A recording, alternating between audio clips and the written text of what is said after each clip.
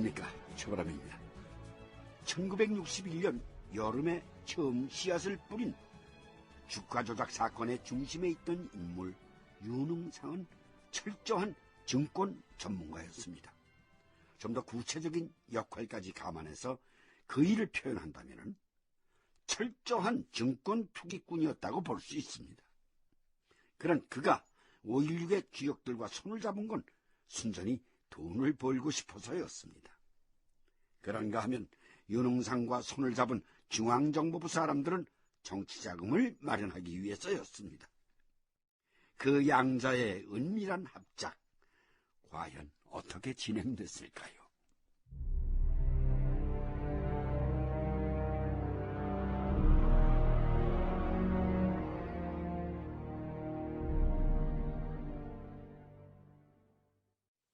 증권시장에서?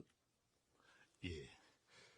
나라가 근대화되려면 경제 기반이 굳건해야 하는데, 그러려면 기업이 번창해야 합니다. 그래서 외국에서는 기업들이 증권시장에서 자금을 조달한다고 합니다. 나도 그런 얘기를 듣긴 했지만은, 우리 증권시장이라는 게 어디 기업의 자금 조달까지 가능한 형편인가? 그러니 증권시장을 살려야죠. 증권시장을 활성화하면 기업들도 자금을 조달받을 수 있고, 우리 또한 그 과정에서 얻은 이익으로 사전 조직비나 교육훈련비로 활용할 여유가 생기는 겁니다. 그걸 누가 모르나? 증권시장 활성화라는 게 애들 장난이 아니니까 하는 소리잖아. 임자가 증권을 좀 아나? 저보다도 시중에 증권도사란 자가 있다고 합니다. 응? 증권도사? 이거 별놈의 도사가 다 있구만. 지난 시간에서 밝힌 것처럼 처음 증권시장을 활성화하자는 의도는 경제 재건에 필요한 자금을 마련하자는 것이었다. 그러나 시간이 갈수록 양상은 달라졌다.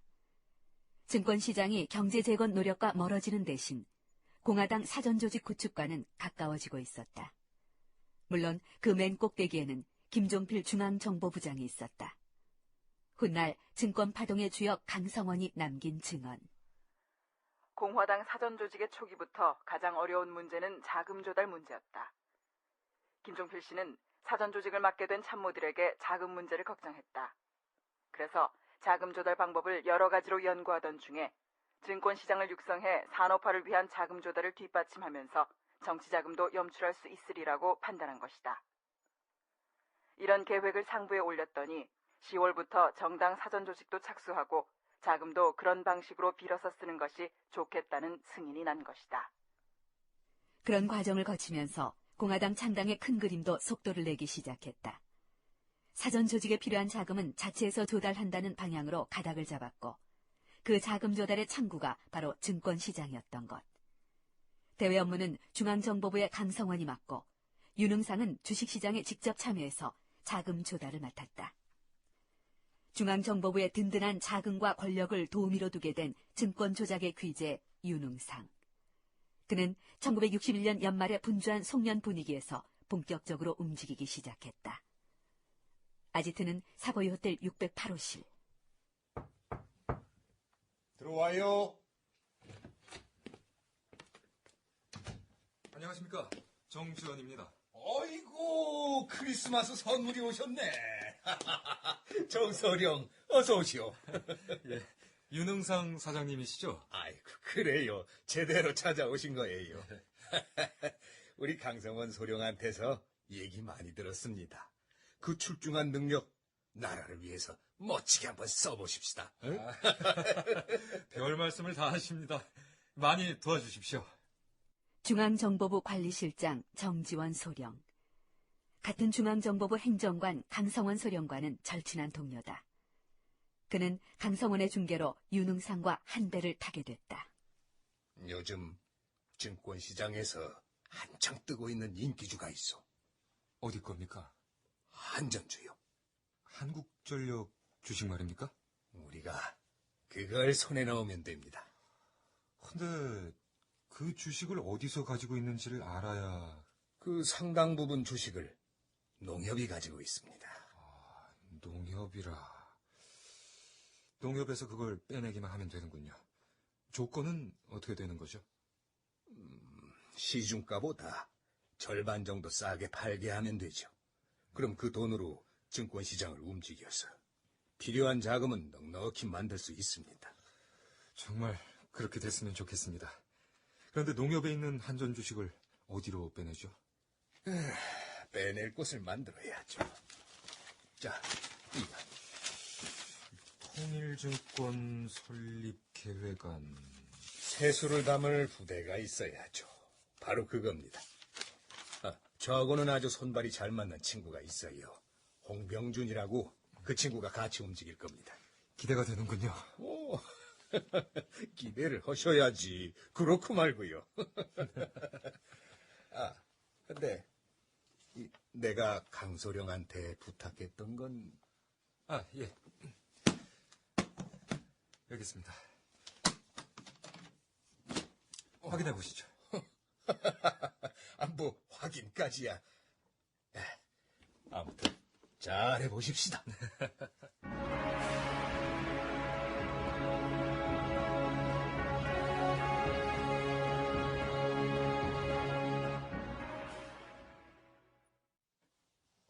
아니, 왜? 돈 구경 처음 하나? 그게 아니고, 이게 웬 돈입니까? 그건 알 것 없고, 그 돈이 5억이야, 5억. 5억 관요? 그 돈으로 증권회사 하나 만들어. 뜬금없이 웬 증권회사입니까? 이런 젠장, 바다에 물반 고기반인데, 낚싯대 던져서 한 마리씩 잡아가지고야, 언제 그걸 다 잡아? 그 물이 있어야 할 거 아니야, 그 물이. 어서 가서 오늘 당장 시작해. 회사 이름은 통일증권으로 하고, 응?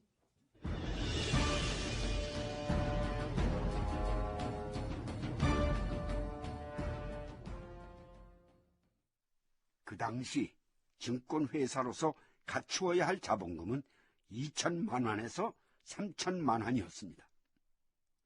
아무리 많아도 5천만 원은 넘지 않았다고 합니다.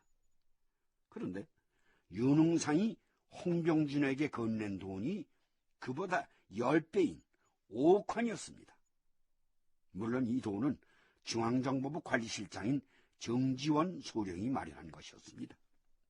그렇다면 정지원 개인이 사재를 털었을 일은 만무하고 그 돈은 어디서 왔겠습니까? 아무튼 이 돈이 증권시장으로 개입되면서 세상 사람들은 다시 한번 증권도사 윤흥상을 주목하게 됩니다.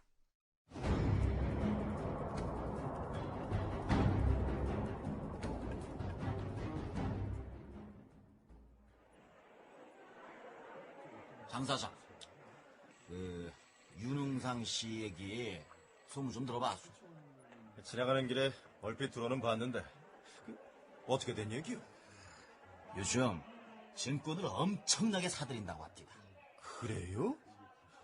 그 증권도사가 증권을 엄청나게 사들인다면 이유가 있을 텐데. 누가 아니랍니까? 윤흥상 씨가 시장에 다시 뜬 걸 보면 조만간 지각 변동이 한 번쯤은 있을 것도 같은데 어디 기다려봅시다. 장 사장, 대중주를 잘 좀 봐두셔. 대중주요? 대한증권거래소 주식 말이요? 뜬금없이 대중주는 왜요? 뜬금없이가 아닙니다. 두고 보세요. 뭔가 있는 것 같은데. 도대체 그 정체가 뭐요? 정체 윤흥상입니다. 윤흥상 씨가 대중주에 손을 댔다는 소문이 돌기 시작하니까 너도 나도 덤벼드는 걸로 알고 있어요. 근데 윤 씨는 어디서 그렇게 돈이 생겨서 증권을 사들이는 거지? 돈줄 하나를 제대로 잡은 모양이지. 아니면 뭐 돈 찍어내는 기계라도 있는지 모르고. 돈줄을 잡았다면 자금이 이만저만한 돈줄이 아닌 것 같은데. 자금도 자금이지만 그 양반 배경이 대단하다고 합니다. 배경이요? 도대체 그 배경이 어딘데요? 윤흥상은 정지원 소령이 마련해준 돈으로 증권을 사들이기 시작했다. 시장은 당장 술렁거렸다. 그때나 지금이나 증권시장의 생명은 정보. 증권가에서 떠도는 윤흥상에 관련된 소문은 여러 가지였다. 그 가운데서도 윤흥상의 뒤에 도대체 무슨 배경이 도사리고 있느냐로 관심이 모아지고 있었다. 그러나 그건 어디까지나 소문이고 관심이었을 뿐. 더 중요한 건 윤흥상이 돈을 얼마나 벌고 있느냐는 거였다.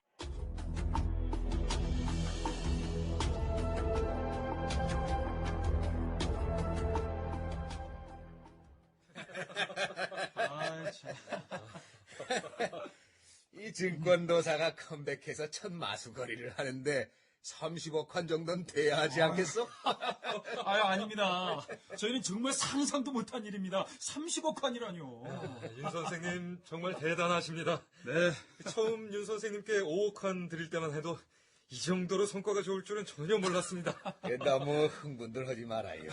난 이제 시작하려고 슬슬 발동을 걸고 있는데 벌써 그렇게 흥분들을 하시면 내가 민망하지요.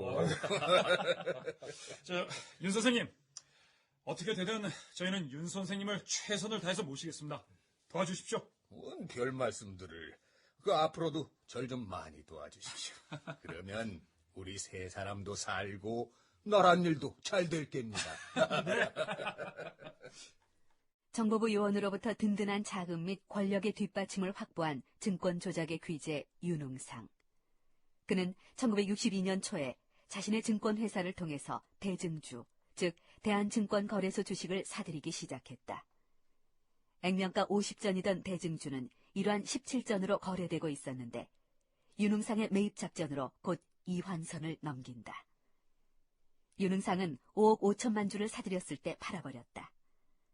중앙정보부 강성원, 정지원 두 소령은 입이 떡 벌어질 수밖에. 한편